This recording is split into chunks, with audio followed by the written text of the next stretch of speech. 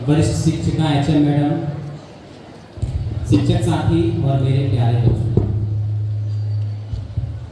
आज मैं और विकास सर यहाँ पर हिंदी पखवाड़े के उपलक्ष्य में एक डिबेट प्रतियोगिता में हिस्सा लेने जा रहे हैं। आप सभी उस डिबेट का हिस्सा बनिए और आनंद लीजिए। आज का विषय है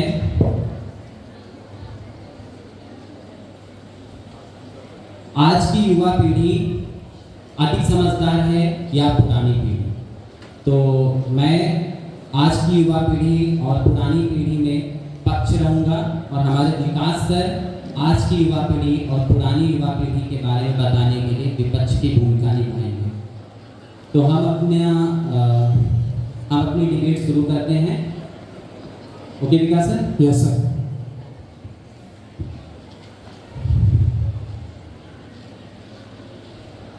कहते हैं कि आखिर समझदार कौन है? समझदारी का पैमाना क्या है? क्या समझदारी सिर्फ उम्र और अनुभव से आती है या फिर समझदारी के पैमाने कुछ और हैं? विकास सर, मैं आपसे कहना चाहता हूं, आज की युवा पीढ़ी पुरानी पीढ़ी से कहीं अधिक समझदार है। ये बात सिर्फ मैं कुछ विचारों या कुछ लोगों के कहने से नहीं कह रहा, बल्कि मैं आपको उसका कुछ तार्किक विश्लेषण भी करके बताऊंगा कि आज की युवा पीढ़ी पुरानी पीढ़ी से क्यों अधिक समझदार है। किस आधार पर आप ये कह सकते हैं कि आज की युवा पीढ़ी पुरानी युवा पीढ़ी के जो हम कह सकते हैं कि ज़्यादा समझदार? अगर हम पुरानी पीढ़ी की बात करें तो एक दिन में समझदारी को हम परिभाषित नहीं कर सकते। एक लंबा समय हम देखते हैं, जो आज हम देख रहे हैं, जो नई युवा पीढ़ी है वो बहुत ज़्यादा प्रभावित हो रही है सोशल मीडिया से, सामाजिक बदलाव से, लेकिन उन्हें इस बात के बारे में वो सोच नहीं पा रहे हैं कि ये सोच कहाँ से, ये आ कहाँ से रहा है। वो बहुत जल्दी सारी चीज़ों से प्रभावित हो रहे हैं। तो एक लंबा समय होता है जिसके आधार पर हम ये कह सकते हैं कि ये पीढ़ी समझदार है और पुरानी पीढ़ी कम समझदार है।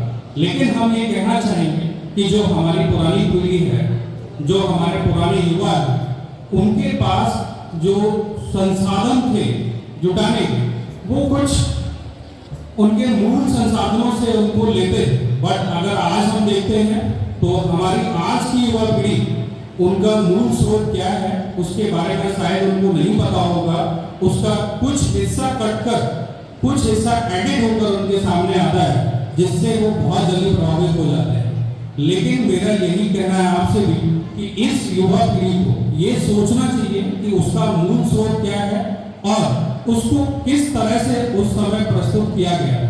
अगर हम किसी चीज का प्रस्तुतिकरण उसके मूल स्रोत से नहीं समझेंगे तो हम उसकी भावनाओं को, उसकी विचारधारा को नहीं समझ सकते। जो आज विचारधारा में बदलाव आ रहा है उसका मुख्य कारण जो उनका 1 सेकंड 2 सेकंड का सोशल मीडिया से इन्फ्लुएंस है, वो बहुत ज्यादा प्रभावित कर रहा है और जिससे नैतिक मूल्यों में, सामाजिक मूल्यों में, आर्थिक मूल्यों में समझदारी का स्तर दिन पर दिन गिरता जा रहा है। सर, मैं